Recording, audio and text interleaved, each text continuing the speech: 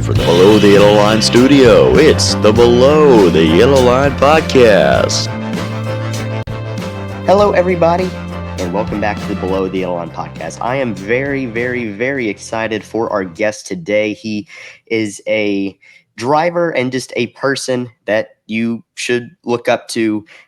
Just a great guy, a man that I certainly look up to, and someone who helped the sport of auto racing and really NASCAR in such a big way. Mr. Bill Lester, sir, how are you doing today? Hey, I'm excellent, Samuel. How about you? You doing good?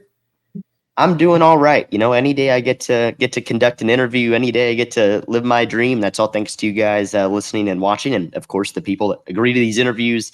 That's a good day in my mind. So I have a couple today, and it's just awesome for me to get to talk to people like you who have shaped a lot of my life. I mean, the sport's a huge part of my life, and everybody who makes it go round is a part of that. You've done so much, and I feel like it'd be really unfair to ask a broad question like I'm about to ask, but I'm going to do it anyway because I feel like I do this with everybody I talk to. How did your racing career and how did your interest for racing really get started? It started at a very young age. It started when I was single digit. I had an obsession with cars and speed at a very young age. And, my parents didn't know what to do with it. I didn't grow up around racing. They understood stick and ball sports, but motorsports was something completely foreign to them. So they didn't know what to do with me. But I knew that I loved cars. I mean, they told me that I was, as a little kid, didn't hardly go anywhere without a Matchbox or a Hot Wheels in my hand. And then when my father would bring home Road and Track or Car and Driver magazine, I raced to go and see the racing stuff that was at the back of the magazine, not the, passenger car stuff or sports car stuff at the front, but the racing stuff. I was always looking at the race cars. So the fact of the matter is, though, he took me to a race when I was just shy of 8 years old in Monterey at a sports car track called Laguna Seca. And that's what really set the hook. When he brought me there and I saw those cars blowing by me at, 160, 170 miles an hour. It was just intoxicating for me. The sights, the sounds, the smell, the speed. I mean, just everything was just really just mesmerizing. And I knew that was something that, man, that would be cool to be able to be a part of. I just didn't know whether or not it would, I would be able to attain it. That's awesome. And, I love the fact, and, family and close friends of mine will get this. It's kind of an inside joke, I guess. But when I was young, after I went to my first race, I got a little commemorative card that they always give out with the program. And from that point on, mainly as a fidget, but from that point on, and I have one right here, I'm going to hold it to the camera. It's an old Ernie Irvin car from the 90s, but I always have one in my pocket just to kind of mess with. And, during races, if I'm nervous during a race or nervous during a football game, baseball game, basketball game, or whatever, I'll have it in my hand and just rotating it over and over. It's something to keep my hands busy, I guess. But that's funny. It's a parallel. I probably won't go on to win sports car races like you did, but I have something in common with the NASCAR driver that's pretty cool to me. My next question for you, you again, like I said earlier, you did so much, but what were some of the challenges that not everybody really knows about that you faced while moving up through the ranks of sports car racing? You did some Rolex 24 races at Daytona, then obviously NASCAR. So what were some of the challenges that you faced that maybe not everybody knows about? Well, heck, you probably don't have enough time in this podcast for me to go through all of them. But I mean, one of the big things I mentioned earlier is that I was not born in the world of motorsports, right? Again, my parents, they understood stick and ball sports. My father was a very, very talented basketball player. But, when they saw my interest in racing, they just didn't know what to do. So, I didn't get that opportunity that most of all these race car drivers that I competed with then and nowadays out there that are competing, they have a common platform, which is that they started out very young racing, go-karts or quarter midgets or, whatever it is that they started out doing because they were exposed to it, right? Their families knew it. They, it was just part of their lifestyle. And for me, I grew up playing stick and ball sports and really didn't get to do anything with any substance behind the wheel until I started goofing off with my street car. As soon as I got my driver's license, it was like the Fast and the Furious before it was a movie, right? I was doing all sorts of things illegal that I can't condone, but I just had this, need for speed, and that was the only way I could exercise it because I didn't know how to get to a racetrack, and it was interesting because I was really known for being very good in street racing, not, street like the street light, but I grew up in Northern California in the Oakland Hills. And so my kind of racing was, going around bends and curves and blind corners and stuff like that, not from light to light. And I became pretty well known at being good at it. And somebody said, look, before you kill yourself or somebody else, take it to a racetrack. And I was like, okay, well, that'd be great. But, how do you get there? Well, it requires money, of course, right? So fortunately, my father, exposed me to high technology. And so I went to Cal Berkeley, got an electrical engineering, computer science degree, got my butt kicked for 4 years. But with that piece of paper, I went out and immediately bought myself a race car and started amateur road racing in Northern California. And so when you talk about, the challenges, the first thing was getting enough money to go out there and buy a race car, trying to maintain an 8 to 5 and then living for the weekend where I could finally go out there and race, and then when I found out I was good at it, it was so hard to get to the next level. When I mean good at it, my first year in amateur road racing, I was rookie of the year from Northern California. And then the next year I was Northern California road racing champion for my class. Right. So I thought immediately I would go pro. Well, no, it doesn't quite work out that way. And so, the next challenge is how do I live a dual life? Right. Because I was successful by everybody else's definition, but my own as a corporate research and development project manager. I was managing software development engineers and everybody thought I was successful because, I had a 6-figure income. I was managing a couple dozen engineers, but I was flat miserable. So I didn't consider myself successful because I define success as happiness. Are you looking forward to, each and every day? What's the last thing you think about before you go to bed? And what's the thing that gets you up and energized in the morning? For me, it was looking forward to racing, not going to, the corporate 8 to 5 and putting in those hours. So it was challenging to be able to go through those motions of maintaining what I had to do so I could do what I wanted to do. So that was really challenging. It was really challenging getting all the rejection letters that I got from corporate America when I was, working during my off hours. I was sending proposals and I was trying to get the support of corporate America, but I didn't come with a big name. People didn't know who I was. Amateur racing is a lot different than the pros that could afford to be out there week in and week out. I couldn't afford to do that, So, like I said, how much time do you have? Because it goes on and on and on. I'm sure it does. And whether, you talked about guys that start off so young. Last week, I interviewed a 15-year-old who is already racing at, the premier short tracks in this country. And that's just amazing to me. And it didn't always used to be like that. I've also talked to guys like Brad Smith from the ARCA series who didn't start till he was, I think, 35, and now he's 65 and still racing. So everybody is a different story. And I love yours so much because, you weren't always ingrained in racing and you came from, not necessarily a motorsports background, like you mentioned. But that it's so cool to me that you were still able to break through and have a pretty successful career. One other guy that I know this from reading your memoir, which everybody should. Winning in Reverse, go get it. It's a great book. Got it for my birthday last year, and I love it. But Willie T. Ribbs had a big impact on your career and seemed like he was a big mentor for you. Can you just kind of take us through, maybe in a bridge version, because I know like your it's a great story, but how much of an effect did Willie have on you? Oh, a huge effect. I mean, I probably would have given up my pursuit, my passion. I mean, racing was my passion. It's what I wanted to do with my life. But I was so frustrated and so discouraged. And, I got together with Willie kind of on a fluke. He saw me when I was going through SCCA road racing school at Sears Point back in 1984. And he walked up to me and he introduced himself to me, which he didn't have to do because Willie T. Ribbs was where I wanted to be. I mean, he was racing SCCA Trans Am back when Trans Am was a huge series and all the factories were going at each other and all that. Hugely successful. And so I knew exactly who he was. So I was blown away by the fact that he came up to me and he said, "Hey, I've been watching you. You have what it takes to make it in this sport. Why don't you stay in touch with me?"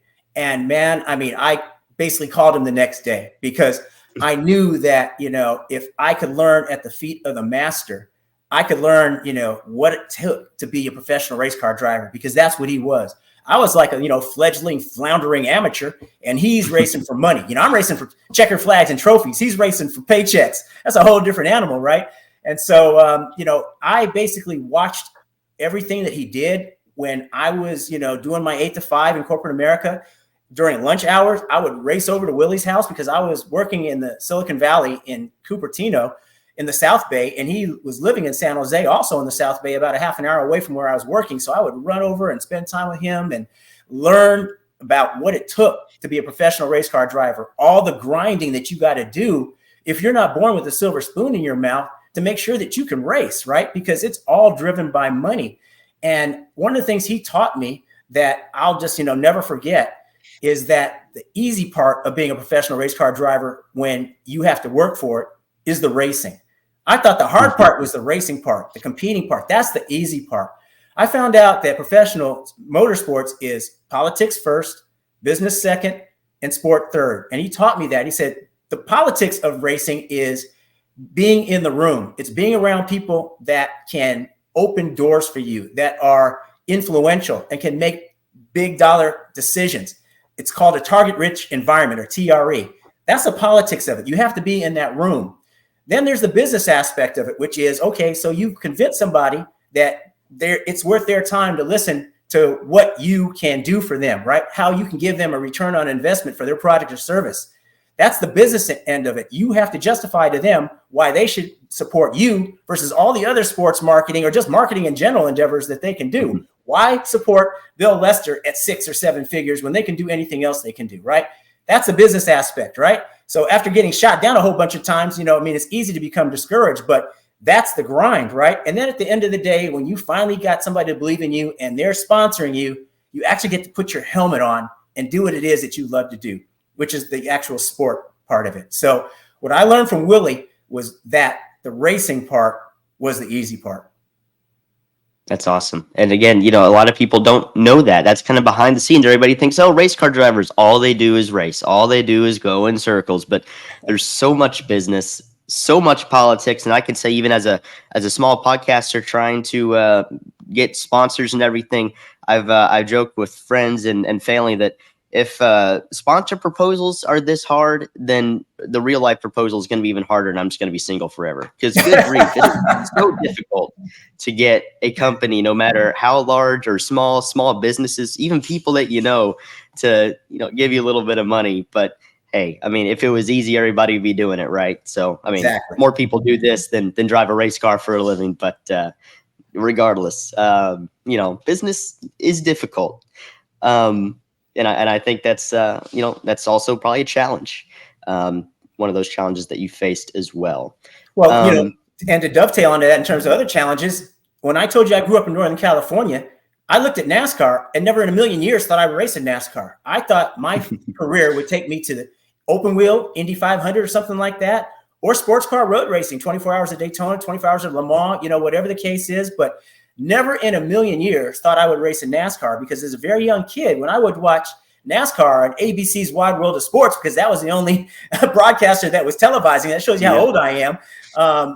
I saw these guys run around in circles with Confederate flags, behind the stands and talking with Southern drawls. And I couldn't understand half of what they were saying. And I couldn't understand why they're just running around in circles. When I looked at racing, I thought racing was an extension of what you do on the street, right? Which is turn right, turn left, upshift, downshift, accelerate, brake, not drop it into fourth gear and turn left. So I couldn't understand why anybody would want to do that form of racing, turning left, trying to stay off a concrete wall. I just couldn't fathom it. And lo and behold, I wind up coming to the Southeast with my wife's blessing, leaving a, again, huge, professional career to do something where I wasn't guaranteed an opportunity to make it. I didn't know if I was going to do it. She believed in me as much as I believed in myself, told me that, I'll support you. We can do this for about 3 years. We devised a game plan. I didn't do it on a wing and a prayer, but we basically had 3 years, or I had 3 years to make my dream a reality, or go back to, the fact that I was going to be working in the high tech sector for the rest of my career. So we committed wholeheartedly. We moved from California to Atlanta, which is where I am now. And, I kept on beating on doors and everything. And finally, the opportunity to race for Dodge, came together. And that's where at 40 years of age, I became a rookie in the truck series. That is probably never going to happen again, right? You don't just wind up leaving your regular career at 37 to become a professional racer at, NASCAR level at 40. And then later on, as in 2006, I was a Cup rookie at 45, at Atlanta Motor Speedway. So I know how Jimmie Johnson felt when he left NASCAR to become a rookie at 45 in IndyCar. It ain't easy. It is not. And, it's so funny to me. Matt Craftsman, I think, is the oldest truck driver right now, and he's 47, 48. And then you have 16-year-olds making starts in the truck series. And you go back and you look at even, when you were racing in trucks, and at the start of the truck series, I think the first truck race at Phoenix, like 85% of the field was either Cup regulars or Busch Series regulars. And it's just such a contrast to today. But that's just, it's how the sport's changed. And speaking of how the sport's changed, Bill, I mentioned earlier in the intro that you're a guy that we all should look up to, not as just a driver, but as a person. And a big part of that, to me at least, and I got a lot of this from reading your book and hearing other speeches, but was your push for diversity in NASCAR. I believe at one point, and correct me if I'm wrong, that you were even offered the role of heading up the Drive for Diversity program, which is still going strong today. But just kind of talk about how you think, and I, even if you downplay a little bit, I personally think you did a tremendous amount for it. You have guys, Bubba Wallace, Raj Lakaruth now winning races, breaking through and just making the sport a better place for everybody. But what do you think you did to help the sport with diversity, which is an area where traditionally or stereotypically anyway, everybody's always said it struggled? And then what strides do you think NASCAR has made recently in that sector? Well, I think just the fact that I was out there moved the needle, right? Because I can say there were a lot of what I consider closet NASCAR fans, a black and brown persuasion that wanted to be out there, but just didn't have anybody to pull for. It's kind of like we pull for people that look like us, that sound like us, that we can identify with, and that's kind of what was lacking in NASCAR. There was just a sea of white guys out there racing, and, for most of the African-American community and what have you, it just wasn't a really inviting environment when you saw Confederate flags. You didn't see anybody who you could really gravitate and pull for, per se, that might have looked like you.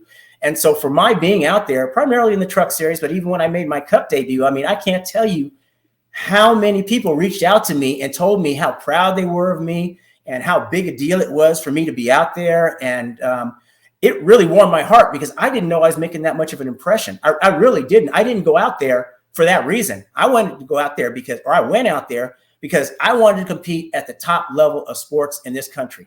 And I saw that it was no longer IndyCar racing. It was never really sports car racing, but it was NASCAR racing once IndyCar racing became divided, right? The IndyCar series kind of had issues with its management, its organizations. They changed their labeling. It became IndyCar, IRL, Indy Racing League and whatever. I can't remember all the iterations of sanctioning bodies, but while they floundered and bickered and whatever with each other, NASCAR continued to be there week after week. People knew when their favorite drivers were going to be racing, and it was consistent. And so, I saw what John Andretti did back in 1990 when he left a full-fledged, fully, sponsored and supported IndyCar program to come to race in NASCAR. We all thought he was crazy, but he did something that was on the cusp. He came over at the point where NASCAR was really blowing up in the 90s, right? In the late 90s, mid to late 90s. And once that happened, everybody wanted to get into NASCAR. And so I did it because, like I said, I wanted to become a professional race car driver because I wanted to be on the biggest platform, biggest stage, racing against the best of the best. And the whole diversity thing and inclusion thing came along, kind of on its own, because that was not what I was staking my flag, in the sand about. That was not what I was doing it for. But I was really, really overwhelmed by the amount of support that I got, from the black and brown community that said, now that you're out there, I feel good about coming out to the racetrack. I can see you out there and I can support you. And that really wound up being important to me because, believe me, Samuel, I thought I was on an island when I was out there because I was not embraced in the stands and the fans, for whatever reason. Going to Martinsville was very difficult. Going to Talladega was extremely difficult. They didn't want to see me out there. But the thing that I can say definitively, that in the garage area, everybody respected me. It wasn't as if I was a diversity driver out there having no business being out there. They knew I could drive. They saw my talent. They saw my skills. I could do, what I needed to do. And I carried myself well. And I think all of them appreciated that. I think they do. And, I certainly thank you for what you've done. And I'm not sure our sport would have made some of the advancements it made without you and a lot of other contributors as well. So, sir, I think that was the last question that I had for you. Thank you so much for coming on. And again, like I mentioned earlier, this is not sponsored. He's not paying me, I promise. But seriously, if you haven't read it yet, go read his book, Winning in Reverse. A great book. It dives even deeper than we did today into his early life, the start to his racing career, some of the challenges that he faced coming up through the ranks, and that infamous 2006 Atlanta qualifying session, which I was actually just watching this afternoon. And it's so funny to me how Darrell Waltrip, Larry McReynolds, Mike Joy, they're kind of like, I don't know if that was a great lap. And then, I think you ran a 29.5, which even for then, when the cars had so much more horsepower than they did now, was a blazing fast lap at Atlanta, especially early in a qualifying session with not much rubber laid down. So go read that book and check out Bill on all his socials. He still does a great deal of good stuff, speaking at commencements, and of course, coming on our show, the best NASCAR podcast out there, in my completely unbiased opinion. But thank you so much for coming on the show. Thank you so much for all you've done for the sport, both driving and off the track. And we really appreciate it. Hey, it's been my pleasure joining you. Appreciate it myself. You take care. You too.